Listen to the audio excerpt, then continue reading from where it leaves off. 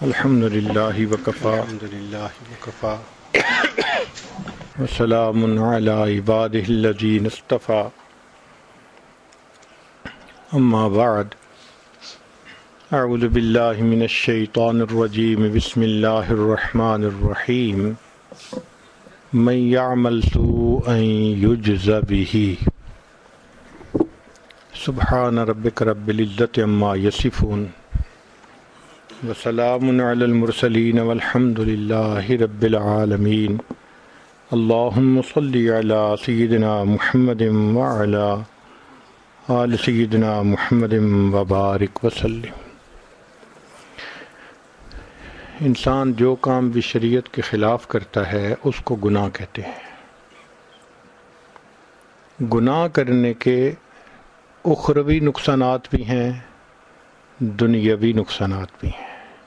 ہر گناہ کے اوپر دو طرح کے نقصان ہوتے ہیں، آخرت میں بھی سزا ملتی ہے اور دنیا میں بھی اس کا نقصان ہوتا ہے۔ چنانچہ ابن قیم رحمۃ اللہ علیہ نے الداء والدواء میں تفصیل بتائی ہے کہ گناہوں کے دنیا میں نقصانات کیا ہیں۔ ان میں سے ایک نقصان تو یہ کہ دل پریشان رہتا ہے۔ آپ کسی بندے کو دیکھ لیں جو جھوٹ بولتا ہو یا کسی سے حسد کرتا ہو یا کسی غلط تعلقات میں پھنسا ہو، دل بے چین ہوگا، حالانکہ اس کے پاس مال پیسے کی بہتات ہے، جو چاہتا ہے کھائے، جو چاہتا ہے پیے، جہاں چاہتا ہے سوئے، دل پریشان۔ خود زبان سے بھی کہے گا کہ جی ظاہر میں سب کچھ ہے، دل پریشان ہے۔ دراصل سکون روٹھ جاتا ہے، اس کے نکال لیا جاتا ہے اس کے دل سے۔ ڈپریشن، ٹینشن، ہر وقت اسی کا مریض بنا ہوتا ہے۔ زندگی پرسکون نہیں ہوتی، بلکہ ایئر کنڈیشن کمروں میں کمبل لے کے لیٹا ہوتا ہے، کروٹیں بدلتا ہے، نیند نہیں آتی، نیند کی گولیاں کھانی پڑتی ہیں۔ نیک بندہ تو زندگی میں ایک دفعہ مرتا ہے، یہ بیچارہ دن میں کئی دفعہ جیتا ہے، کئی دفعہ مرتا ہے، ایسا پریشان ہوتا ہے اور خود کہتا ہے اس جینے سے تو مر جانا بہتر ہے۔ بنیادی وجہ کیا ہوتی ہے کہ گناہوں کے اثرات ہوتے ہیں۔ ایک اور وجہ گناہوں کی وجہ سے جو پیش آتی ہے کہ عبادت کی توفیق چھن جاتی ہے۔ چنانچہ انسان اگر بد نظری کا ارتکاب کرے، تہجد کی توفیق نہیں ملتی، تکبیر اولیٰ کی توفیق نہیں ملتی، مسنون دعائیں بہت سارے لوگوں کو یاد ہوں گی، موقع پہ پڑھنی یاد نہیں آتی۔ یہ گناہوں کا وبال ہوتا ہے۔ ہمیں ایک حافظ قرآن نوجوان ملا، کہنے لگا حضرت حفظ قرآن کیا ہوا تھا 9 سال میں، کبھی ناظرہ بھی قرآن ختم نہیں کیا۔ توفیق چھن جاتی ہے، فجر کی توفیق نہیں ملتی، قضا ہو جاتی ہے، آنکھیں نہیں کھلتی، الارم لگا لگا کے رکھتے ہیں، الارم بھی بند کر دیتے ہیں، پتہ بھی نہیں ہوتا کیا یا نہیں کیا۔ تو ایک گناہوں کا یہ بھی وبال کہ نیک عمل کی توفیق چھن جاتی ہے، دعا مانگنے کو دل نہیں کرتا، بس ہاتھ اٹھائیں گے اور آدھے منٹ کی دعا، بس۔ رونا تو بڑی دور کی بات ہے، اللہ کے سامنے آنسو بہانا تو بڑی دور کی بات ہے۔ آنکھوں میں قحط سالی ہوتی ہے، بارش نہیں ہوتی، یہ گناہوں کا وبال ہوتا ہے۔ ایک یہ کہ بے برکتی ہوتی ہے زندگی میں، جو کام میں ہاتھ ڈالو وہی ادھورا، کوئی کام سمٹتا نظر نہیں آتا، ڈیل ہوتے ہوتے رہ جاتی ہے۔ وہ جی بڑے لوگ بچی کا رشتہ دیکھنے آتے ہیں، خوش ہو کے جاتے ہیں، دوبارہ رابطہ کوئی نہیں کرتا۔ اور جی بچے کا کوئی بزنس کا سبب نہیں بن رہا. یوں لگتا ہے کہ اتنی محنت کے باوجود کام سمٹتا نظر نہیں آتا. تو اس کی وجہ کیا ہوتی ہے؟ بے برکتی ہوتی ہے. نہ وقت میں برکت، نہ صحت میں برکت. اب 22 سال کا نوجوان ہو اور شکایت کرے جی کہ مجھے لو بیک پین ہے، تو یہ بے برکتی کے سوا اور کیا ہے؟ 18 سال کا نوجوان، حضرت بیٹھتے ہوئے اٹھتا ہوں آنکھوں میں اندھیرا آ جاتا ہے. 18 سال کی عمر میں صحت میں برکت ہی نہیں رہی. تو نہ وقت میں برکت، نہ صحت میں برکت، نہ رزق میں برکت. جتنے گھر کے افراد ہیں سب کے سب کمانے والے، خرچے پورے نہیں ہوتے. اس کو بے برکتی کہتے ہیں. تو گناہوں کے وبال، ایک وبال یہ بھی ہے کہ نعمتیں زائل ہونا شروع ہو جاتی ہیں. خود کہتے ہیں حضرت ایک وقت تھا لوگوں سے لاکھوں لینے تھے، آج ایک وقت ہے کہ لوگوں کو لاکھوں دینے ہیں. ایک وقت تھا مٹی کو ہاتھ لگاتے تھے سونا بن جاتی تھی، آج سونے کو ہاتھ لگاتے ہیں مٹی بن جاتا ہے. کیوں ایسا ہوتا ہے؟ کہ جو پروردگار نعمتیں دینا جانتا ہے وہ پروردگار نعمتیں لینا بھی جانتا ہے. تو گناہوں کی وجہ سے اللہ نعمتیں واپس لے لیتے ہیں. تو آخرت میں تو جو سزا ملے گی وہ تو اپنی جگہ، دنیا میں ہی ان گناہوں کی وجہ سے مصیبتیں ہوتی ہیں انسان کے سر پر. اس لیے ان گناہوں کا ایک ہی حل ہے کہ انسان ان سے توبہ کر لے. یہ نہیں ہو سکتا کہ گناہ بھی کریں اور اللہ بھی راضی رہے. با مسلمان اللہ اللہ، با برحمن رام رام، یہ نہیں چلتا. ایک کا بن کے رہنا پڑتا ہے. گناہ کی مثال کینسر کی سی ہے. اگر جسم کے کسی حصے میں کینسر ہو، اس کا ایک ہی حل ہے کہ اس کو آپریٹ کر کے کاٹ دیا جائے. اس کے سوا دوسرا حل نہیں ہے. اگر نہیں کریں گے تو یہ کینسر پھیلے گا، موت کا سبب بن جائے گا. بالکل اسی طرح گناہ کی یہی مثال کہ اس کا ایک حل ہے کہ توبہ کر کے گناہ کو چھوڑ دیا جائے. اگر نہیں تو اس کی ظلمت ایسے پھیلے گی کہ بالآخر انسان روحانی موت مر جائے گا. گناہ کی ابتدا کچے دھاگے کی طرح کمزور ہوتی ہے. انسان ابتدا میں گناہ کو چھوڑنا چاہے تو بڑے آسانی سے چھوڑ دیتا ہے، لیکن کرتا رہے تو پھر گناہ کی عادت اتنی پختہ ہو جاتی ہے کہ جیسے جہاز کا لنگر ہوتا ہے، اینکر آف دی شپ. شپ کو اینکر سے باندھ دینا، وہ ہلنے نہیں دیتا اس کو. یہ گناہ کی عادت ایسے پختہ ہو جاتی ہے بندے کو پھر ہلنے نہیں دیتی. عطا ابن ابی رباح رحمۃ اللہ علیہ فرمایا کرتے تھے کہ اللہ رب العزت نے ایک مرتبہ مجھے الہام فرمایا، عطا میرے بندوں سے کہہ دو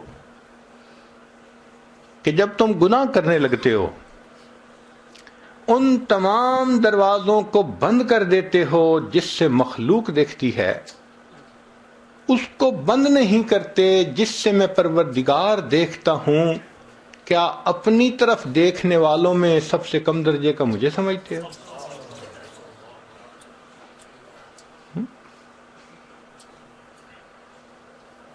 تین سال کا بچہ بھی پاس ہو تو فحش حرکت کرنے سے گھبراتے ہیں، اور اللہ دیکھ رہے ہوتے ہیں اور ہمیں اس کا کوئی ڈر محسوس نہیں ہوتا. اس کا مطلب یہ کہ ہم نے اللہ کی اتنی بھی قدر نہ کی، اتنا بھی لحاظ نہ کیا. تو گناہوں کے اپنے اثرات ہیں.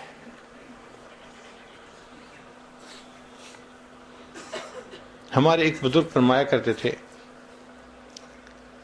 کہ جو شخص علم اور ارادے سے گناہ کرنا چھوڑ دیتا ہے، جو شخص علم اور ارادے سے گناہ کرنا چھوڑ دیتا ہے، اللہ تعالیٰ اس بندے کی دعاؤں کو رد کرنا چھوڑ دیتا ہے. پھر ایسا بندہ جب ہاتھ اٹھاتا ہے اللہ تعالیٰ اس کے ہاتھوں کی لاج رکھتے ہیں. مختلف چیزوں کی اپنی اپنی تاثیر ہوتی ہے. آگ گرم ہوتی ہے، برف ٹھنڈی ہوتی ہے، پانی گیلا کرتا ہے. اب کوئی بندہ کہے جی کہ میں پانی میں بھی رہوں گیلا بھی نہ ہوں، بھئی کیسے ہوگا؟ آگ کے پاس بھی بیٹھوں گرمی بھی نہ آئے تو آگ کیسی؟ جی برف ہاتھ میں پکڑوں ٹھنڈی نہ لگے، بھئی برف کیسی؟ تاثیر ہے اس کی. جس طرح ہر چیز کی مادی طور پر تاثیر ہے، اسی طرح گناہ کی یہ تاثیر ہے کہ بندہ کا دل پریشان رہتا ہے. جو نوجوان اپنے آپ کو الٹے تعلقات میں پھنسا لیتے ہیں، راتوں کو نیند نہیں آتی. فیملی کے ساتھ مل کے کھانا نہیں کھائیں گے، الگ کمرے میں بیٹھے ہوں گے، کسی سے بات کرنے کو دل نہیں چاہے گا. یہ کیا ہے؟ یہ گناہوں کا وبال ہے، یہ گناہوں کی ظلمت ہے. اسی لیے اردو زبان میں ڈپریشن کے لفظ کو اسی طرح استعمال شروع کر دیا گیا. اس کا ترجمہ نہیں ہے کوئی. یہ ٹینشن کا لفظ، ڈپریشن کا لفظ، اینگزائٹی کا لفظ، یہ اردو زبان کے الفاظ نہیں ہیں. جن لوگوں نے زبان بنائی تھی اگر اس وقت یہ کیفیتیں ہوتی تو وہ اس کا بھی کوئی نام رکھ دیتے. اس کا مطلب ہے ہمارے اکابر کی زندگیوں میں یہ کیفیتیں تھی نہیں. یہ نئے دور کی چیزیں ہیں. جب سے گناہ عام ہوئے ہیں یہ تب سے ہیں. اسی لیے دوسری زبان کے لفظ ہم نے اپنی زبان میں استعمال شروع کر دیے. اور آج کل ڈاکٹروں کے لیے بہت آسانی ہو گئی ہے. جس بیمار کی بیماری سمجھ میں نہ آئے کہتے ہیں ایکیوٹ ڈپریشن ہے. آپ کو تو بڑی ٹینشن ہے. بھئی ٹینشن دنیا میں کس کو نہیں ہے؟ جس کو دیکھو. سبحان اللہ، جس عورت کو دیکھو ماشاء اللہ tension.com اس کا نام ہوگا. تو یہ گناہوں کے اثرات ہوتے ہیں کہ ذہن پریشان ہوتا ہے، ذہن میں سکون نہیں ہوتا. عجیب بات ہے کہ زندگی کی جتنی سہولیات آج ہمیں حاصل ہیں اس سائنسی دور میں، اس سے پہلے کبھی حاصل نہیں تھی. جو مشروبات آج ملتے ہیں، جو مختلف طرح کے کھانے آج نصیب ہوتے ہیں، جیسی تیز رفتار کمفرٹیبل سواریاں آج ہمیں حاصل ہیں، یہ پہلے نہیں تھی. ہمارے اکابر تو سردی گرمی برداشت کرتے تھے، خشک روٹی کھا لیتے تھے، سالن نہیں ہوتا تھا، سفر میں مشقتیں ہوتی تھیں. ہمیں تو اللہ نے اتنی سہولتیں دی ہیں. لیکن عجیب بات کہ ان تمام سہولیات کے باوجود جتنی اللہ تعالیٰ کی شکایتیں آج ہیں اس سے پہلے نہیں تھی. جس کے دیکھو اس کی زبان پہ شکوہ. بیٹے کو نوکری نہیں ملی، بیٹی کا رشتہ نہیں آیا، فلاں کام ایسے نہیں ہوا. بھئی اللہ تعالیٰ کے شکوے ہم کیوں کرتے ہیں؟ ہم الزام ان کو دیتے تھے، قصور اپنا نکل آیا. اللہ تعالیٰ ارشاد فرماتے ہیں ما اصابکم من مصیبت فبما کسبت ایدیکم. جو مصیبت تمہیں پہنچتی ہے تمہارے ہاتھوں کی کمائی ہوتی ہے. تو اپنے گناہوں کا وبال ہوتا ہے اور شکوے اللہ کے.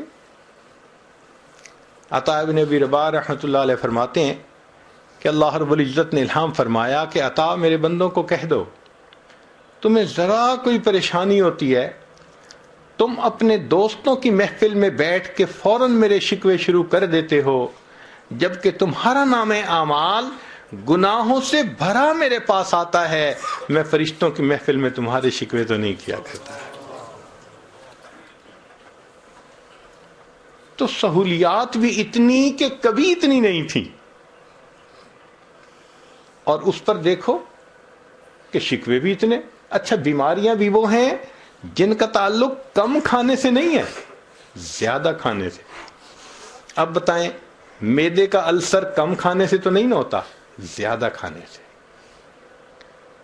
بلڈ پریشر زیادہ نمک کھانے سے، ہائی کولیسٹرول زیادہ چربی کھانے سے، تو بیماریاں بھی شوگر زیادہ میٹھا کھانے سے، تو بیماریاں بھی وہ ہیں جو زیادہ کھانے سے تعلق رکھتی ہیں، اور شکوے بھی اللہ تعالیٰ کے آج سب سے زیادہ ہیں۔ بنیادی وجہ کہ یہ پریشانیاں ہمارے ہاتھوں کی اپنی کمائی ہیں۔ صحابہ رضی اللہ عنہم کے پاس رزق کم ہوتا تھا، مگر ان کے دلوں میں سکون تھا، زندگیوں کے اندر عبادت تھی، اللہ کی نعمتوں کا شکر تھا۔ آج رزق ہے، برکت نہیں ہے، جس کے دیکھو فکر لگی ہوتی ہے۔ صحابہ رضی اللہ عنہم کا تو یہ حال تھا کہ ایک صحابی یورینیشن کے لیے ذرا ویرانے کی طرف گئے، تو جب وہ بیٹھے تھے اپنی قضائے حاجت کے لیے، تو انہوں نے ایک چوہے کو دیکھا کہ وہ سوراخ میں سے باہر نکلا۔ جو چوہے کا سوراخ ہوتا ہے اسے بل کہتے ہیں۔ اس میں سے نکلا اور اس نے 1 دینار تھا وہ باہر پھینک دیا، پھر دوسرا دینار، پھر تیسرا، بل سے نکال کے لاتا تھا اور باہر ڈال جاتا تھا، پھر وہ بل میں گھس گیا۔ یہ صحابی جب فارغ ہو گئے، اٹھنے لگے، تو انہوں نے وہ چند درہم دینار جو بھی تھے وہ اٹھا لیے۔ صحابہ رضی اللہ عنہم کی ایک بہت خوبصورت عادت تھی کہ وہ ہر بات کو نبی علیہ السلام سے آ کر پوچھا کرتے تھے۔ تو یہ صحابی محبوب صلی اللہ علیہ وسلم کی خدمت میں حاضر ہوئے، اے اللہ کے حبیب صلی اللہ علیہ وسلم، میرے ساتھ یہ واقعہ پیش آیا، اب بتائیے کہ یہ پیسے میرے لیے استعمال کرنا جائز ہیں یا نہیں ہیں؟ تو نبی علیہ السلام نے فرمایا کہ اللہ رب العزت نے تمہارے لیے غیبی طور پر رزق کا انتظام کر دیا، تم اس کے استعمال کرو۔ اب فرق زندگیوں کا دیکھیے کہ صحابہ رضی اللہ تعالی عنہم کو بلوں سے رزق ملتا تھا، اور ہماری زندگی ایسی ہے جو سارا مہینہ کماتے ہیں، اینڈ کے اوپر وہ بلوں میں چلا جاتا ہے۔ یہ بجلی کا بل، یہ پانی کا بل، یہ انشورنس کا بل، یہ فلاں چیز کا بل، وہ بل کو دیکھ کے دل کو کچھ ہونے لگ جاتا ہے۔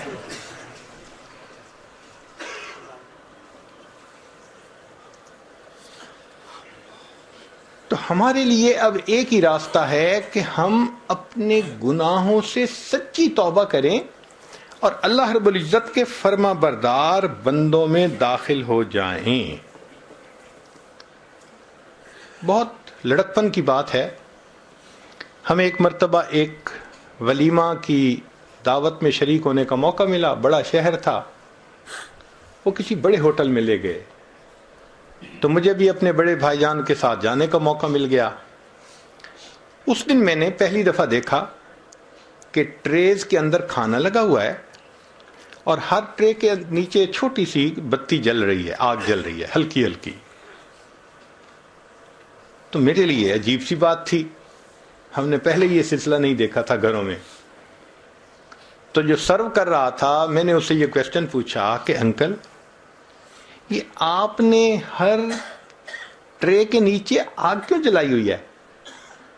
اس نے کہا بھائی کھانا کھانے میں 1 گھنٹہ 2 گھنٹے لگ سکتے ہیں مجمع کو، تو ہم نے آگ جلائی ہوئی ہے تاکہ اتنی دیر یہ کھانا مستقل گرم رہے، وارم رہے۔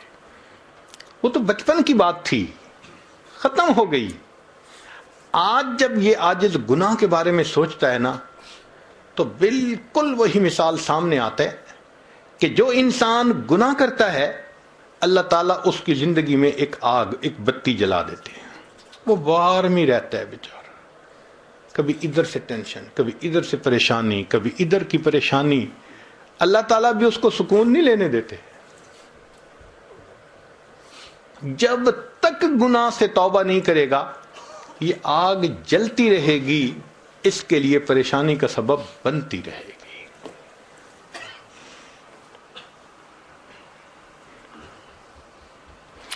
چنانچہ ہمارے اکابر نے لکھا ہے کہ انسان گناہ کیوں کرتا ہے؟ اس کو مکافات عمل کا یقین نہیں ہوتا۔ مکافات عمل سے کیا مراد؟ ہم بچھو کو کیوں ہاتھ نہیں لگاتے؟ پتہ ہوتا ہے کہ یہ ڈنک لگائے گا اس لیے دور ہٹتے ہیں.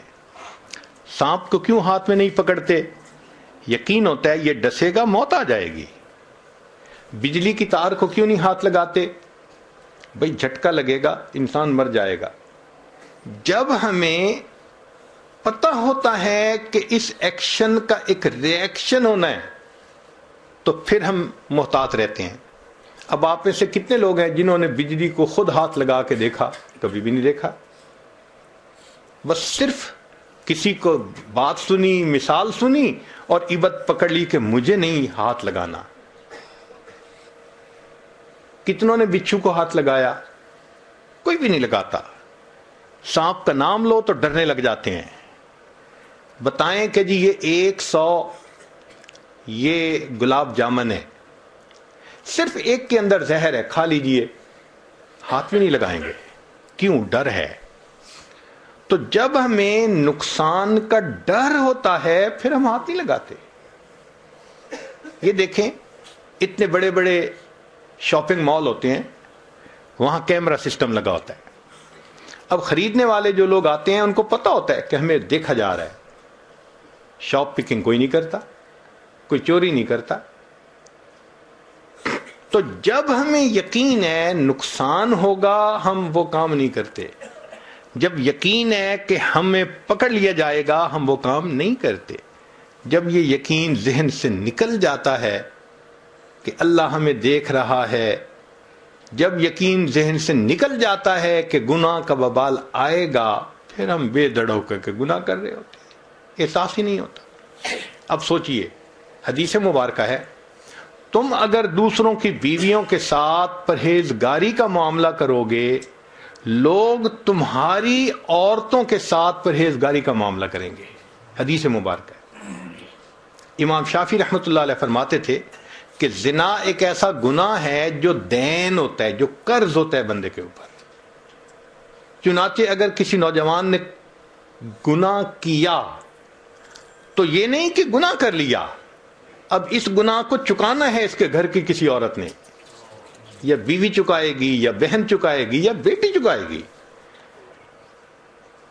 علماء نے لکھا ہے کہ اس بندے کی گھر کی عورت کے ساتھ ضرور زنا کیا جائے گا، اور نہیں تو گھر کی دیواروں سے زنا کیا جائے گا.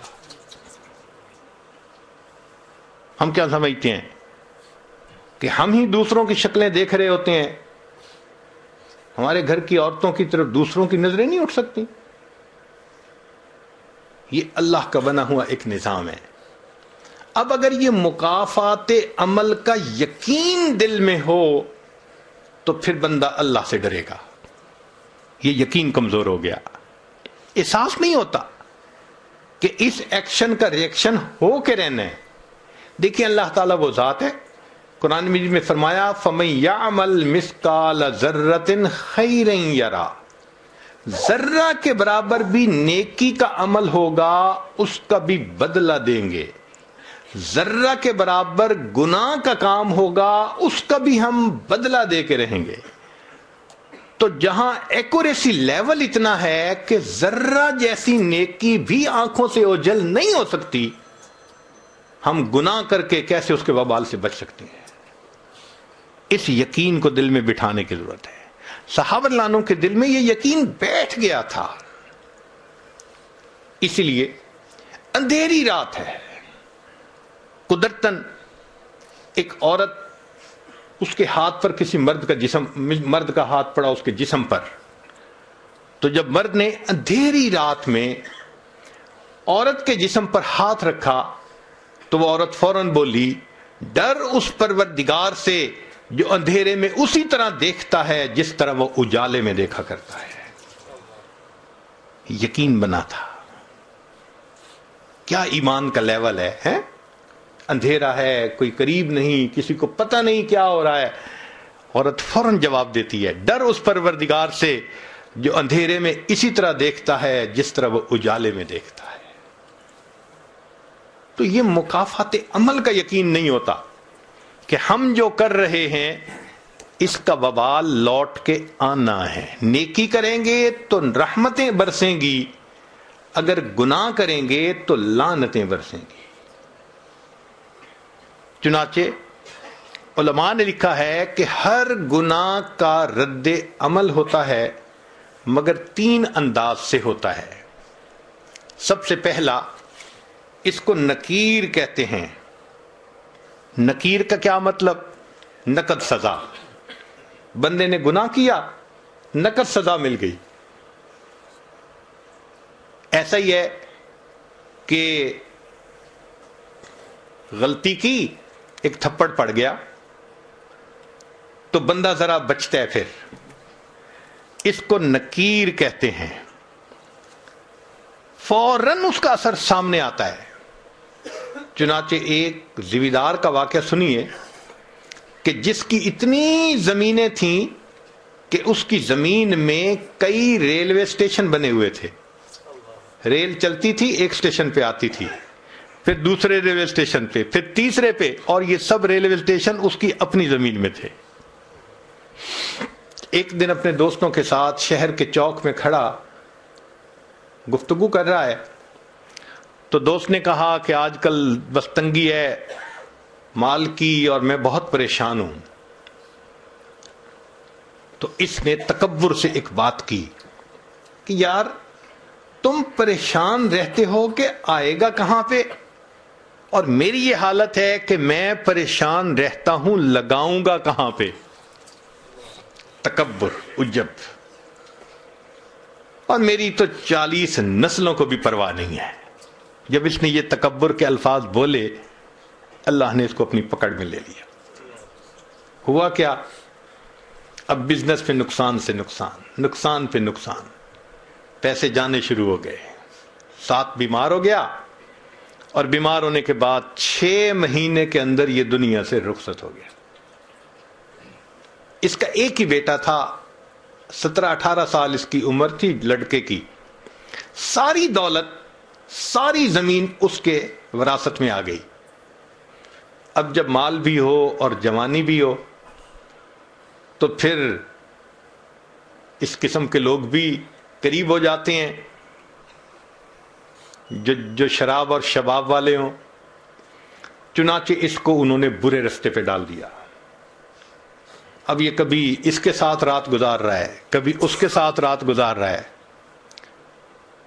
کسی نے اس کو اور بڑے شہر میں پہنچا دیا، پینے پلانے کی بھی عادت ڈال دی. اب بینک کا جتنا پیسہ تھا وہ لٹنے لگ گیا. کسی نے اسے کہا یہاں کیا دیکھو گے، ذرا باہر نکل کے دنیا دیکھو. تو اس نے اس کو کسی باہر کے ملک کا راستہ دکھا دیا کہ وہاں کے نائٹ کلب میں کیا ہوتا ہے. اب وہاں جا کے یہ پیسے لٹانے لگ گیا. 1-2 سال کی بات ہے، سب بینک اکاؤنٹ زیرو، اور بیماریوں کا بھی مریض ہو گیا. جب روز عیاشی کرنی ہے اور متعدد بار کرنی ہے تو نتیجہ کیا ہوگا؟ بیماریاں. نوجوان بچہ ہے مگر بیمار. اب زمینیں بچ گئیں. یہ کیا کرتا؟ زمین کا ٹکڑا بیچتا، جو پیسے ملتے پھر باہر کا ٹرپ لگاتا، پھر آ کے زمین کا اگلا ٹکڑا بیچتا. کچھ چند سالوں کے بعد ایک ایسا وقت بھی آیا، اس کی ساری زمینیں بک گئیں، ایک مکان رہ گیا تھا. پھر یہ اپنے نشے سے نہیں رہ سکتا تھا، پیسے کی ضرورت تھی. ایک وقت آیا اس نے اپنا ذاتی مکان بھی بیچ دیا. مال بھی ختم، جائیداد بھی ختم، ذاتی مکان بھی بک گیا. اب رہنے کی بھی جگہ نہیں تھی. چنانچہ ایک وہ وقت بھی آیا جس شہر کے چوک میں کھڑے ہو کر اس کے باپ نے تکبر کا بول بولا تھا، میری 40 نسلوں کو بھی پرواہ نہیں، اسی چوک میں کھڑا ہو کر اس کا بیٹا لوگوں سے بھیک مانگا کرتا تھا. اللہ نے دکھا دیا، میں دینا جانتا ہوں، میں لینا بھی جانتا ہوں. تمہارا بیٹا یہیں کھڑے ہو کر لوگوں سے بھیک مانگا کرے گا. اس کو نکیر کہتے ہیں، نقد سزا. یہ سزا کی پہلی قسم ہے. ایک ہوتا ہے تاخیر، کہ نقد سزا تو نہیں ملتی مگر مہلت مل جاتی ہے. توبہ کرنے کے لیے. اگر توبہ نہ کرے تو پھر کچھ وقت کے بعد پھر سزا ملتی ہے. تلبیس ابلیس میں ابن جوزی رحمۃ اللہ علیہ نے واقعہ لکھا ہے کہ ایک نوجوان تھا، حافظ قرآن تھا، اس نے شہوت کی نظر کسی غیر پر ڈالی اور اس کا نتیجہ کیا نکلا کہ 20 سال کے بعد قرآن مجید اس کے سینے سے نکال لیا گیا، بھول گیا قرآن پاک. یہ تاخیر ہوتی ہے کہ سزا تو ملتی ہے مگر ڈیلے ٹائم کے ساتھ ملتی ہے. چند دن لگیں، چند مہینے لگیں، چند سال لگیں، مگر سزا ملتی ہے. اس کو تاخیر کہتے ہیں. چنانچہ ہم اپنے بچپن میں اپنے محلے میں ایک بوڑھی عورت کو دیکھا کرتے تھے، وہ پاگل تھی. بچے اس کو تنگ کرتے تھے، کنکر مارتے تھے. تو مجھے میری امی کہتی تھی بیٹا اس کو کبھی نہ تنگ کرنا، کبھی کنکر نہ مارنا. تو میں ہمیشہ کھڑے ہو کے، چھوٹا بچہ تھا، اس کو دیکھا کرتا تھا کہ یہ کیوں ایسے پاگل سی ہے، دیوانی سی ہے. جب بڑے ہوئے تو پھر والدہ نے اس کا قصہ سنایا. کہنے لگی کہ یہ ہمارے محلے کی ایک اچھے گھرانے کی خاتون تھی، جوان العمر تھی. اللہ نے اس کو بیٹا دیا، بیٹا بھی بڑا خوبصورت، گھر کے کام میں لگی ہوئی تھی. اب بچہ اپنی ماں سے بہت اٹیچڈ تھا. کچھ بچے ہوتے ہیں نا، گود کا چسکا ہوتا ہے کہ ہر وقت ماں ہی گود میں اٹھائے رکھے، وہ بھی اسی قسم کا بچہ تھا. اس عورت نے کوئی کام سمیٹنا تھا تو یہ اس بچے کو فیڈر دے کے لٹا کر گئی کہ تم اب جو ہے نا لیٹ جانا، اب باہر مت آنا، مجھے کام سمیٹنا ہے. اور بچہ فیڈر پہ کے پھر باہر. وہ تو معصوم بچہ تھا، چھوٹا تھا. تو ماں اس کو پھر لے کے آئی اور کہا کہ تم مجھے بہت تنگ کر رہے ہو، اب بالکل میرے پیچھے مت آنا. بچہ پھر آ گیا. اب اس کو غصہ آ گیا اور غصہ کنٹرول نہ ہوا تو یہ بچے پہ برسنے لگی. اس کو بہت سخت سست کہا، میں تجھے سلا کے آئی تھی، کیوں میرے پیچھے آ گیا، تنگ کرتا ہے مجھے، سویا سو ہی جاتا تو اچھا تھا. جب اس نے یہ الفاظ کہہ دیے نا کہ تو سویا سو ہی جاتا تو اچھا تھا، اللہ کی پکڑ آ گئی. مگر اللہ نے اس وقت اس کے بیٹے کو موت نہیں دی، دعا قبول کر لی کہ یہ بد دعا تمہاری زبان سے نکلی نا بیٹے کے بارے میں غصے میں آ کے، اس کو تو ہم قبول کر لیتے ہیں، ابھی اس کو موت نہیں دیتے.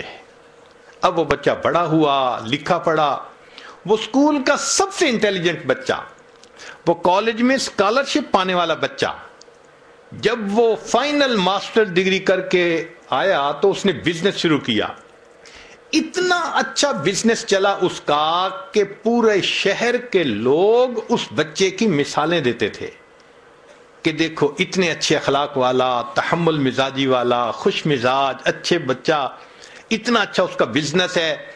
لوگ اس کی شکل دیکھتے تھے، تمنا کرتے تھے کہ میری بیٹی کا رشتہ اس سے ہو جائے، بہن کا رشتہ اس سے ہو جائے. وہ ایسا نوجوان بچہ تھا.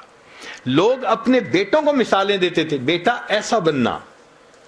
لو جی، بالکل جب جوانی کا وقت تھا، اب ماں نے اس کے لیے اپنے ہی رشتہ داروں میں کوئی بہت خوبصورت بچی حور پری ڈھونڈی. پھر اس کے لیے بڑی تیاریاں، پیسے کی کمی نہیں تھی. جب سب چیزوں کی تیاری ہو گئی اور شادی میں ابھی صرف 3 دن تھے، اللہ کی شان کہ بچہ اپنے ہی گھر میں چل رہا تھا، فرش دھویا تھا اور ابھی گیلا تھا، پاؤں جو پھسلا، یہ نوجوان سر کے بل گرا اور اس کی موت آ گئی. اللہ نے پھل کو پکنے دیا. جب پھل پک کے تیار ہو گیا تب اللہ نے پھل کاٹا. اب تجھے سمجھ لگے گی کہ تو نے میری کس نعمت کی ناقدری کی تھی. ماں کے ذہن پہ اتنا صدمہ اس کی موت کا ہوا کہ وہ ذہنی توازن کھو بیٹھی. وہ گلیوں کے اندر بس تن کے چنا کرتی تھی.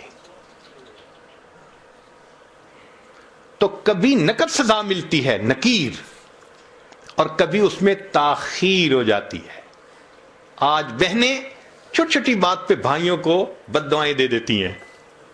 اور پھر بڑے ہو کے انہی کے لیے پھر بیٹھی رو رہی ہوتی ہیں، حضرت میرے بھائی کے لیے دعا کریں وہ نیک بن جائے، میرے بھائی کے لیے دعا کریں اس کی شادی کی زندگی میں مشکلات ہیں۔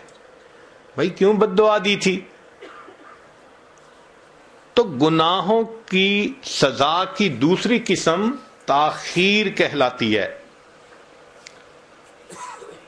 اور ایک اور بھی صورت کہ گناہ تو کیے جوانی میں، اللہ نے بڑھاپے میں بیوی کو نافرمان بنا دیا۔ یا اللہ، جتنی یہ اذیت ہوتی ہے نا کہ جوان اولاد ہو جائے اور وہ ماں کے ساتھ ہو، اور ماں اور اولاد سب ایک طرف اور اکیلا بوڑھا ایک طرف، اور وہ سب نافرمان ہو اس کے، جتنا بڑھاپا ذلیل خوار ہوتا ہے نا وہ بوڑھا بتا بھی نہیں سکتا۔ تو بڑھاپے میں اللہ تعالیٰ نافرمان بنا دیتے ہیں اولاد کو، بیوی کو، یہ تاخیر کہلاتی ہے۔ ایک تیسری چیز ہوتی ہے، اس کو کہتے ہیں خفیہ تدبیر۔ یہ سزا ملنے کی تیسری قسم ہے کہ اللہ ایسی طرح سے سزا دیتے ہیں نظر بھی نہیں آتی اور وہ سزا مل رہی ہوتی ہے۔ مثال کے طور پہ بچی کا رشتہ طے ہی نہ ہونا کہیں، اب انسان سوچتا پھرتا ہے کسی نے رشتہ باندھ دیا، کون باندھ سکتا ہے؟ اللہ تعالیٰ کوئی کام کرنا چاہے تو مخلوق روک سکتی ہے؟ کوئی نہیں روک سکتا۔ تو ایسی طرح سے سزا ملتی ہے کہ بندہ اس کو فیل بھی نہیں کرتا کہ میرے گناہوں کا وبال ہے۔ چنانچہ بنی اسرائیل کے ایک عالم تھے، وہ کسی گناہ میں ملوث ہو گئے، چونکہ عالم تھے، پتہ تو ان کو تھا کہ گناہ کا وبال ہونا ہے، تو گناہ بھی کرتے تھے ڈرتے بھی تھے، گناہ بھی کرتے تھے ڈرتے بھی تھے، واچفل بھی رہتے تھے کہ پتہ نہیں گناہ کی وجہ سے میرے اوپر کیا کوئی مصیبت آ جائے، مگر نفس سے مجبور تھے، گناہ بھی کرتے تھے اور پریشان بھی رہتے تھے۔ 1 سال گزر گیا۔ 1 سال کے بعد انہوں نے دعا مانگتے ہوئے یہ الفاظ کہے کہ اللہ، میں اپنے نفس کے ہاتھوں مجبور ہو کے گناہ کرتا ہوں، تو کتنا مہربان ہے، تو نے مجھے اپنی نعمتوں سے محروم نہ کیا۔ اللہ نے دل میں ڈالا کہ میرے بندے تو نعمت سے محروم ہوا تجھے پتہ نہیں ہے۔ تو بڑے حیران ہوئے، میں کس نعمت سے محروم ہوا؟ تو پھر ان کے دل میں اللہ نے یہ بات ڈالی، جس دل سے تو نے یہ گناہ کرنا شروع کر دیا، ہم نے اس دن سے رات کے آخری پہر کے مناجات کی لذت سے تمہیں محروم کر دیا۔ ان کو خیال ہی نہیں تھا کہ اتنے سالوں سے مجھے کبھی تہجد میں رونا ہی نہیں آیا۔ تو سزا ملتی ہے مگر خفیہ تدبیر ہوتی ہے اللہ کی۔ ہر گناہ کی سزا ان 3 میں سے کسی نہ کسی صورت میں ضرور ملتی ہے، یا تو نکیر ہوگی، یا پھر تاخیر ہوگی، یا پھر خفیہ تدبیر ہوگی، بچ نہیں سکتے۔ اب اگر یہ یقین ذہن میں آ جائے کہ یہ ہو کے رہنا ہے تو پھر انسان گناہوں سے بچے گا۔ ایک نقطے کی بات ذہن میں رکھیے کہ جب انسان پر اللہ کی نعمتوں کی بارش ہو اور انسان پر گناہوں کے راستے کھلے ہوئے ہوں، یہ خطرے کی گھنٹی ہوتی ہے۔ جب اللہ کی نعمتوں کی بہتات ہو اور انسان کے لیے گناہ کے راستے بھی کھل جائیں، یہ خطرے کی گھنٹی ہوتی ہے۔ اس کا مطلب یہ ہے کہ ڈھیل دی جا رہی ہے تاکہ فلما نسوا ما ذکروا بہ فتحنا علیہم ابواب کل شیء۔ اللہ فرماتے ہیں بنی اسرائیل جب وہ بھول گئے جو ان کو نصیحت کی گئی تھی، ہم نے ہر چیز کے دروازے کھول دیے، حتیٰ کہ وہ اچھی طرح غافل ہو گئے۔ پھر کیا ہوا؟ اخذناہم بغتۃ، ہم نے اچانک ان کو اپنی پکڑ میں لے لیا۔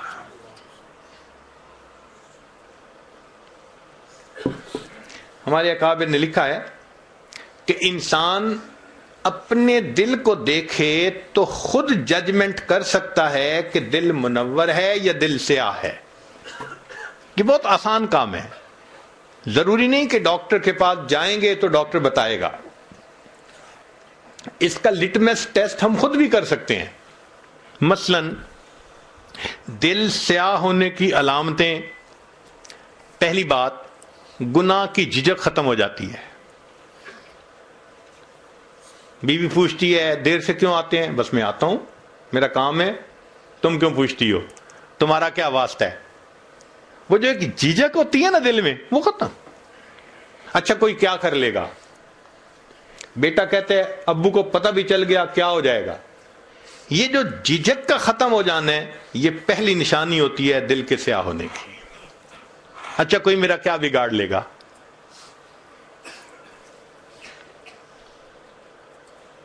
پہلے سکرین پہ کوئی ایسی شکل دیکھنے کے ڈرتا تھا، اور اب فیس بک کے اوپر تعلقات بنائے ہوئے ہیں اور ڈر بھی نہیں ہے کسی کا، اکاؤنٹ بھی کھولا ہوا ہے. تو جھجک کا ختم ہو جانا یہ پہلی نشانی ہے کہ انسان کا دل سیاہ ہو چکا. دوسری بات نیکی کا بوجھل محسوس ہونا. نماز کو دل نہیں کرتا، مسجد آنے کو دل نہیں کرتا، نیک لوگوں سے ملنے کو دل نہیں کرتا، کسی بیان میں آنے کو دل نہیں کرتا، اللہ کے راستے میں نکلنے کو دل نہیں کرتا، تلاوت کو دل نہیں کرتا. یہ نیکی کا بوجھل محسوس ہونا، یہ گناہ دل کے سیاہ ہونے کی دوسری علامت ہوتی ہے. اور تیسری بات کہ اگر کوئی سمجھائے تو سمجھانے والا بڑا برا لگتا ہے. میں اسے سمجھوں ہوں دشمن جو مجھے سمجھائے ہے. کہتے مجھے سمجھاتے کیوں ہیں؟ ماں باپ کیوں سمجھاتے ہیں؟ خاوند کہتے ہیں بیوی کیوں مجھے ہر وقت یہ باتیں کرتی رہتی ہے؟ بیوی کہتی ہے خاوند مجھے کیوں سمجھاتا ہے؟ بھئی جو سمجھا رہا ہے وہ تو خیر خواہ ہے، مگر دل جب سیاہ ہوتا ہے تو خیر خواہ بدخواہ نظر آ رہا ہوتا ہے. تو یہ تین علامات ہیں دل کے سیاہ ہونے کی، اور تین ہی علامات ہیں دل کے منور ہونے کی. پہلی علامت چہرے پہ نور ہونا. جو نیکی کرے گا اللہ تعالیٰ اس کی نیکی کا نور اس کے چہرے پہ سجا دیں گے. چہرے کو دیکھ کے سکون ہوتا ہے، چہرے کو دیکھ کے اللہ یاد آتا ہے. یہ اللہ والوں کے چہرے اس بات کی علامت ہوتے ہیں.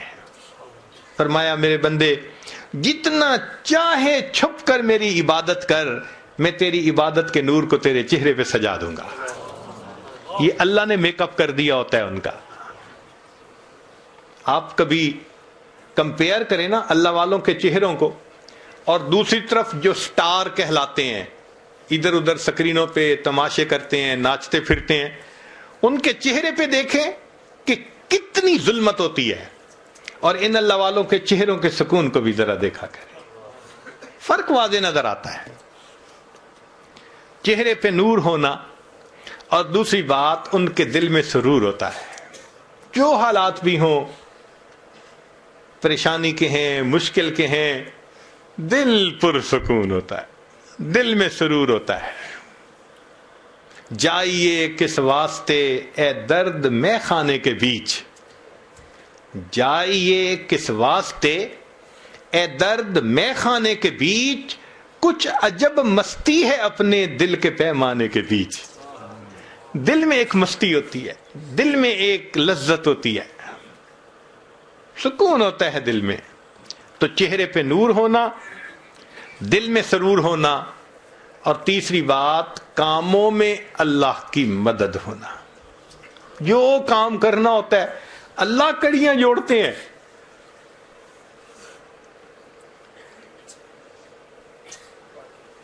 خود بخود قدرت کی طرف سے سبب بنتے چلے جاتے ہیں. اللہ تعالیٰ ان کو دنیا کے معاملات میں الجھنے نہیں دیتے، ان کے کام سنوار دیتے ہیں، نکال دیتے ہیں.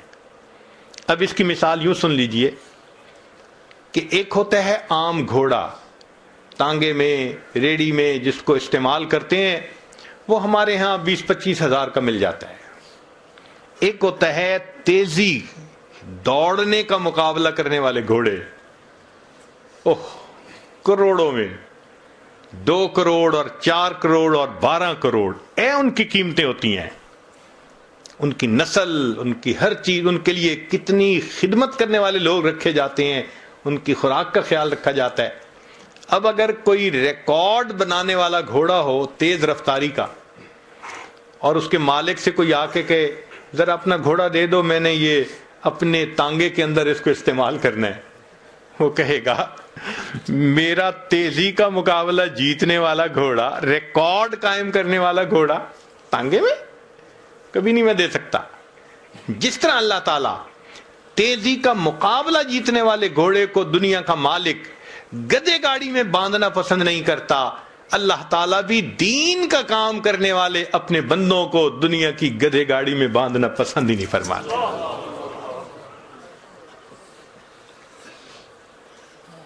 پھر کوئی دنیا کے معاملات ہوتے ہیں، اللہ سمیٹ دیتے ہیں، اللہ سمیٹ دیتے ہیں، یہ تو میرا بھاگنے والا گھوڑا ہے، یہ تو میرا دین کا کام کرنے والا، یہ تو نیکی عبادت کرنے والا میرا بندہ ہے، کیوں اس کو میں دنیا کے معاملات میں الجھاؤں؟ تو اللہ تعالیٰ اس کو محفوظ فرما لیتے ہیں۔ تو اس لیے ہمیں چاہیے کہ ہم گناہوں کو چھوڑ کر نیکوکاری کی زندگی کو اپنائیں۔ ایک گناہوں کا وبال اور ہے جس کو فضیل بن عیاض رحمت اللہ علیہ نے لکھا ہے۔ وہ فرماتے ہیں کہ مجھ سے جب کوئی گناہ سرزد ہوا میں نے دیکھا کہ اس کی وجہ سے یا تو میری بیوی نے میری نافرمانی کی، یا میری اولاد نے نافرمانی کی، یا میرے ماتحت نوکر چاکر تھے انہوں نے نافرمانی کی، یا پھر میرے سواری کے جانور نے میری نافرمانی کی۔ اس کا مطلب یہ کہ جو اللہ کی نافرمانی کرتا ہے یہ نافرمانی اس کے اپنے ماتحتوں میں ریفلیکٹ ہو کر رہتی ہے۔ اب ہم کیوں شکوے کرتے ہیں جی بیوی بات نہیں سنتی، اور جی بیوی آرگومنٹس کرتی ہے، اور جی بیٹا افلاطون بن گیا ہے سنتا ہی نہیں، بیٹی بات نہیں سنتی۔ بھائی ہم اس کی نہیں سنتے، یہ ہماری نہیں سنتے۔ عدلے کا بدلہ، جیسی کرنی ویسی بھرنی، نہ مانے تو کر کے دیکھ۔ تو یہ مکافات عمل ہے۔ جو اللہ کی نافرمانی کرے گا اللہ تعالیٰ اس کے ماتحتوں کو اس کا نافرمان بنا کر دکھائیں گے۔ اس لیے حضرت مفتی محمد شفیع رحمۃ اللہ علیہ نے ایک جگہ لکھا ہے کہ تم جتنا چاہو گناہ کر لو، اگر تمہاری اسی زندگی کو اللہ نے جہنم کی طرح نہ بنا دیا تو پھر دیکھ لینا۔ تو واقعی گناہ انسان بھلے کرتا پھرے، سکون تو اس کے پاس نہیں ہوتا۔ چنانچہ ایک جگہ فرماتے ہیں کہ گناہوں کا نتیجہ بالآخر ندامت ہوتی ہے، گناہوں کا نتیجہ بالآخر ندامت ہوتی ہے۔ اور ایک جگہ پر حضرت مفتی محمد شفیع رحمۃ اللہ علیہ نے خوبصورت بات لکھی ہے۔ وہ فرماتے ہیں کہ گناہ کے نتیجے میں بندے کو آگ میں جلنا ہی پڑتا ہے، گناہ کے نتیجے میں بندے کو آگ میں جلنا ہی پڑتا ہے۔ دو صورتیں ہیں، یا تو اسی دنیا میں ندامت کی آگ میں جلے، بھئی یہ ریپینٹ کرنا یہ بھی تو ایک آگ ہے نا جو اندر لگی ہوتی ہے، یا تو اسی دنیا میں ندامت کی آگ میں جلے اور توبہ کر لے تو گناہ کو معاف کر دیا جائے گا، اور اگر نہیں کرے گا تو پھر اس گناہ کے بدلے جہنم کی آگ میں تو جلنا ہی پڑ جائے گا۔ تو یا تو شرمندگی کی آگ ہے یا پھر جہنم کی آگ ہے، گناہ کا نتیجہ ایک ہی ہے۔ اور سچی بات یہ ہے قیامت کے دن کی شرمندگی بہت بڑی اور بہت بری ہوگی۔ ساری مخلوق تو دو بندوں کے سامنے کی ذلت برداشت نہیں نہ کر سکتے، قیامت کے دن ساری مخلوق کے سامنے کی ذلت کیسے برداشت کر سکیں گے؟ علامہ اقبال کے کچھ اشعار حضرت مولانا محمد الیاس رحمت اللہ علیہ جو بانی تبلیغی جماعت ہیں ان کو بہت اچھے لگتے تھے، اور شعر بھی واقعی عجیب کہے ہیں اس نے۔ بلکہ وہ تو فرمایا کرتے تھے کہ میں گمان کرتا ہوں ان اشعار کی وجہ سے اللہ نے اس کی بخشش فرما دی ہوگی۔ اشعار ہیں کہ اس نے لکھا، اے اللہ تو غنی از ہر دو عالم من فقیر، اے اللہ آپ دو عالم سے غنی ہیں اور میں فقیر ہوں. تو غنی از ہر دو عالم من فقیر، روز محشر عذرہائے من پذیر. اے اللہ قیامت کے دن میرے عذروں کو قبول کر لیجئے گا. گر تمہیں بینی حسابم ناگزیر، اور اگر آپ فیصلہ کر لیں کہ میرا حساب لازمن لینا ہے، از نگاہ مصطفیٰ پناہ بگیر. اللہ پھر مصطفیٰ کریم کی نگاہوں سے اوجھل میرا حساب لینا، مجھے اپنے آقا کے سامنے بڑی شرمندگی ہوگی. واقعی بات ٹھیک ہے. اگر قیامت کے دن اللہ رب العزت نے ہمیں یہ چوائس دے دیا، میرے بندے یا تو یہ راستہ چن لے کہ ہم تیرے گناہ تیرے سب رشتہ داروں کے سامنے ابھی ظاہر کرتے ہیں، تیری زندگی کی ویڈیو ماں کو کہیں گے تیری اولاد کو دکھاتے ہیں، بیوی کو کہیں گے تیرے خاوند کو دکھاتے ہیں، استاد کو کہیں گے تیرے شاگردوں کو دکھاتے ہیں، اور بیٹی کو کہیں گے تیری زندگی کی ویڈیو تیرے باپ کو دکھاتے ہیں، یا پھر خود جہنم میں چلی جا. میرا خیال ہے ہم کہیں گے اللہ ہم خود جہنم میں چلے جاتے ہیں، زندگی کی ویڈیو نہ دکھانا. کوئی بیٹی برداشت کرے گی کہ باپ اس کی وہ تماشا دیکھے؟ کوئی بیوی برداشت کرے گی کہ خاوند دیکھے؟ ماں برداشت کرے گی کہ اولاد اس کا وہ تماشا دیکھے؟ یہ تو اللہ کی رحمت ہے جس نے ہمارے عیبوں کو چھپایا ہوا ہے. بس ہم یہ دعا کریں کہ مولا آج تک جو گناہ کیے بس ہم بھولے رہے، آپ ہم پر رحمت فرمائیے، ان گناہوں کو معاف کر دیجئے. اللہ آپ نے زندگی میں ہمارے گناہوں پہ پردہ پوشی فرمائی، ہم قیامت کے دن اس کی پردہ پوشی کے زیادہ مستحق ہیں. اللہ اس دن پردہ پوشی فرما دیجئے گا اور اس دن ہمیں اپنی رحمت عطا فرما دیجئے گا. لہذا آج ہم گناہوں سے توبہ کر کے ایک نئی ایمانی اسلامی زندگی بسر کرنے کا دل میں عہد کریں. وآخر دعوانا ان الحمد للہ رب العالمین. اب ایک نکاح بھی ہوگا انشاءاللہ.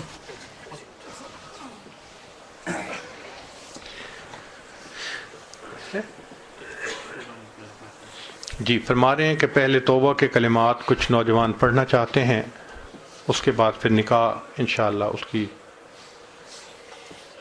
پڑھا دیں گے.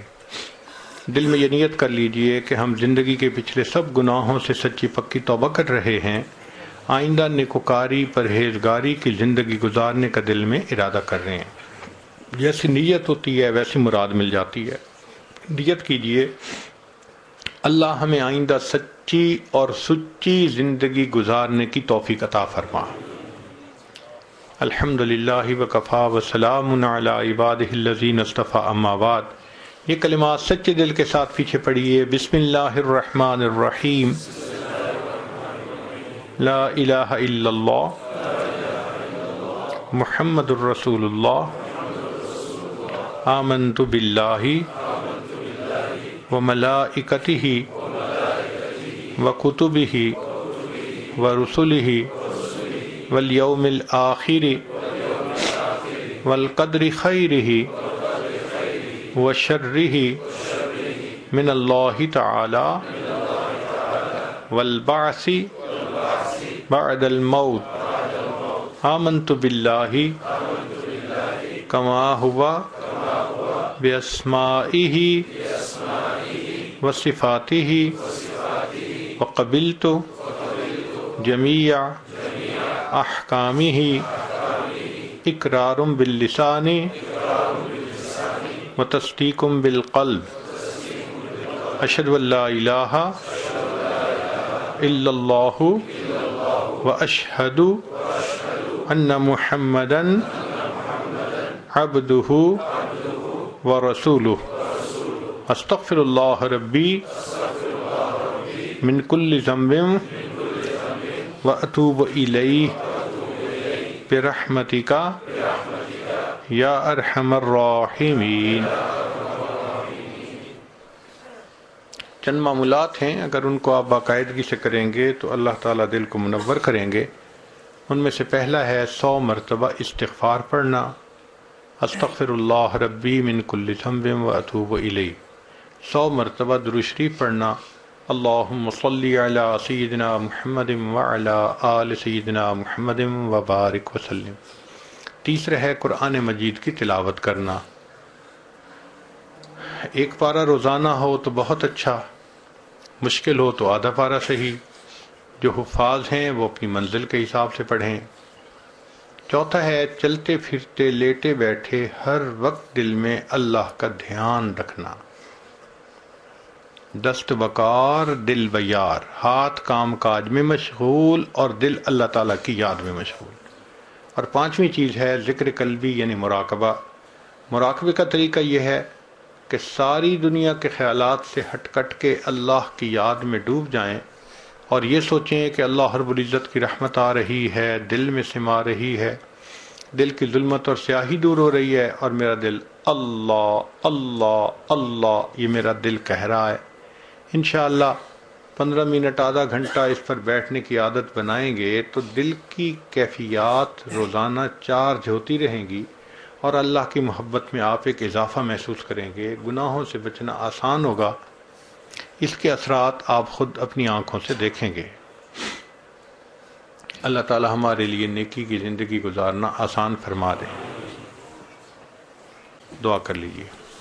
سبحان ربی العلی الوہاب اللہم صلی علی سیدنا محمد وعلی آل سیدنا محمد وبارک وسلم۔ اے کریم آقا، جس خاتون اور جن مرد کا نکاح ہوا، اللہ ان کو خوشیوں بھری زندگی نصیب فرما، ان کے رزق میں برکت عطا فرما، دین میں برکت عطا فرما، صحت میں برکت عطا فرما، کاموں میں برکت عطا فرما۔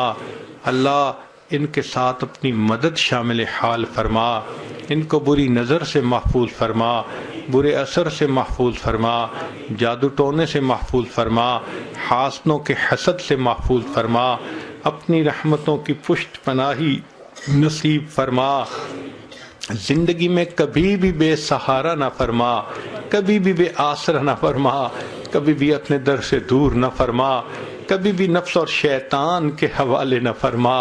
میرے مولا ایک دوسرے کی قدردانی کی توفیق عطا فرما، ایک دوسرے کے ساتھ محبت و پیار سے رہنے کی توفیق عطا فرما۔ اے اللہ ایک دوسرے کو اے اللہ محبتوں سے اے اللہ ساری زندگی نبھانے کی توفیق عطا فرما۔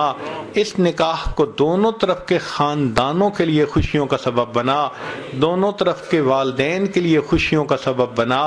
اے اللہ ان کو بری نظر سے محفوظ فرما، برے اثر سے محفوظ فرما، جادو ٹونے سے محفوظ فرما، سفلی عمل سے محفوظ فرما، انہیں اپنی رحمتوں کا سایہ نصیب فرما۔ اے اللہ ان کو ایک دوسرے کے شر سے بچنے کی توفیق عطا فرما، خیر کے اوپر ان کو جمع فرما۔ اے اللہ ایک دوسرے کی قدردانی کی توفیق عطا فرما۔ اے اللہ ان کو اخلاق محمدی کے مطابق زندگی گزارنے کی توفیق عطا فرما۔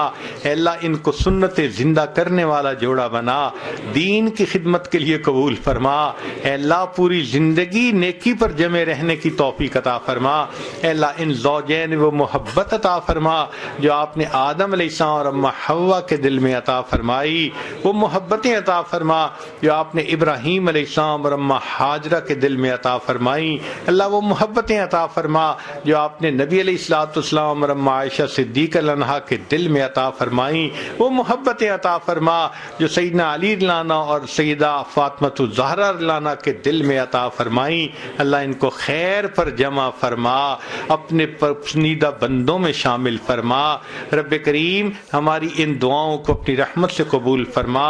اس مجلس میں جتنے نوجوان ہیں شادی کی عمر کو پہنچ گئے، اللہ ان کو نیک دیندار قدردان زندگی کا ساتھ نصیب فرما۔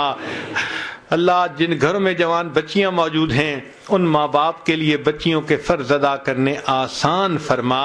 اللہ رحمتوں کا معاملہ فرما۔ اے کریم آقا ہمارے گناہوں کو معاف فرما، خطاؤں سے درگزر فرما، عیبوں کی پردہ پوشی فرما۔ میرے مولا ہم بھولے بھٹکے زندگی گزارتے پھرے، آج احساس ہوا اپنے گناہوں کا۔ میرے مولا ہم آپ کے عذاب کے تحمل نہیں کر سکتے، اللہ ہم پر رحمت کی نظر فرما دیجئے، اللہ معاف فرما دیجئے، اے کریم معاف کر دیجئے، اے رحیم معاف کر دیجئے، اے حنان معاف فرما دیجئے، اے منان معاف فرما دیجئے۔ اللہ ہم پر رحمت کی نظر فرما دیجئے، اللہ ہم پر رحمت کی نظر فرمائیے۔ اے اللہ ہم آپ کی ناراضگی سے ڈرتے ہیں، اے اللہ ہم سے ناراض نہ ہوئیے، اللہ ہمیں توبہ کی توفیق عطا فرمائیے، نیکی کی زندگی عطا فرما دیجئے، اپنے پسندیدہ بندوں میں شامل فرما لیجئے، اٹکے کاموں کا ہونا آسان فرما، الجھے کاموں کو اپنی رحمت سے سلجھا۔ اللہ گھروں کے اندر محبتیں الفتیں پیدا فرما، اے اللہ بیویوں کو خامدوں بچوں کی خوشیاں نصیب فرما، خامدوں کو بیوی بچوں کی خوشیاں نصیب فرما، اے اللہ ماں باپ کو اولادوں کی خوشیاں نصیب فرما، اے اللہ اپنی رحمت کے ساتھ ہمیں نیکوکاری کی زندگی نصیب فرما۔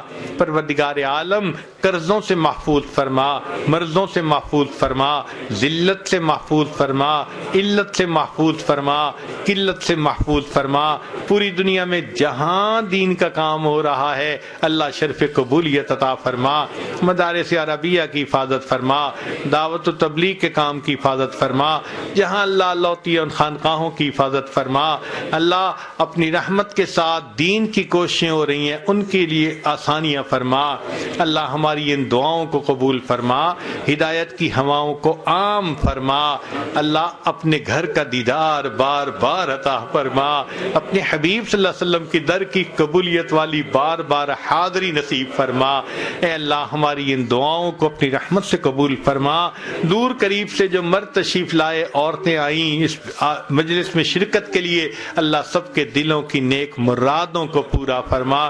ہمارے والدین عزیز اقارب مشائخ جو فوت ہو چکے ان کی مغفرت فرما، جن کی آپ نے مغفرت کر دی اللہ قرب کے اعلیٰ درجات عطا فرما۔ جنہوں نے ہمیں دعاؤں کے لیے کہا، خط لکھے، فون کیے یا ہم سے توقعات رکھتے ہیں یا جن کے ہم پر حقوق آتے ہیں، اللہ ان سب کو ان دعاؤں میں حصہ نصیب فرما۔ اٹھنے سے پہلے اللہ سب کے گناہوں کی بخشش فرما۔ میرے مولا ساری زندگی ہم تو کہتے رہے ہم تیرے ہیں، ہم تیرے ہیں، ہم تیرے ہیں۔ میرے مولا ایک مرتبہ تو آپ بھی کہہ دیجئے کہ تم میرے ہو۔ اللہ ایک مرتبہ، اے کریم ایک مرتبہ کہہ دیجئے کہ تم میرے ہو۔ میرے مولا کہہ دیجئے۔ اللہ یوسف علیہ السلام نے بھائیوں کو معاف کرتے ہوئے کہہ دیا تھا، لا تثریب علیکم اليوم، جاؤ تمہارے اوپر کوئی قصور نہیں، گناہ نہیں۔ آپ کے پیارے حبیب صلی اللہ علیہ وسلم نے بھی قریش مکہ کو معاف کرتے ہوئے یہی الفاظ کہے تھے فتح مکہ کے دن، لا تثریب علیکم اليوم، اللہ آپ سب کریموں سے بڑے کریم ہیں اور آپ کو اپنی شان کریمی پہ بڑا ناز ہے۔ آپ نے قرآن مجید میں اس کے تذکرے بھی فرمائے ہیں۔ اللہ آج شان کریمی کا اظہار فرما دیجئے، آپ بھی بندوں کو یہی فرما دیجئے، لا تثریب علیکم اليوم اذهبوا انتم الطلقاء۔ میرے مولا ہمارے گناہ معاف ہو جائیں گے، خطائیں بخشی جائیں گی، اللہ رحمت فرما دیجئے، رب کریم معاف فرما دیجئے، آئندہ نیکوکاری کی زندگی عطا فرمائیے۔ مقامی دوستوں نے جس محبت کے ساتھ اس عاجز کو یہاں بلایا، اللہ اس کے بدلے ان کو اپنی سچی محبت نصیب فرما۔ اس مسجد کو نیک نمازیوں سے آباد فرما، متقی نمازیوں سے آباد فرما۔ اللہ دین کی خدمت کے لیے اس جگہ کو قبول فرما اور اس کا فیض دنیا کے کونے کونے کے اندر پہنچا۔ ربنا تقبل منا انک انت السمیع العلیم، تب علینا انک انت التواب الرحیم۔ صلی اللہ تعالی علی حبیبہ سیدنا محمد و آلہ و اصحابہ اجمعین برحمتک یا ارحم الراحمین۔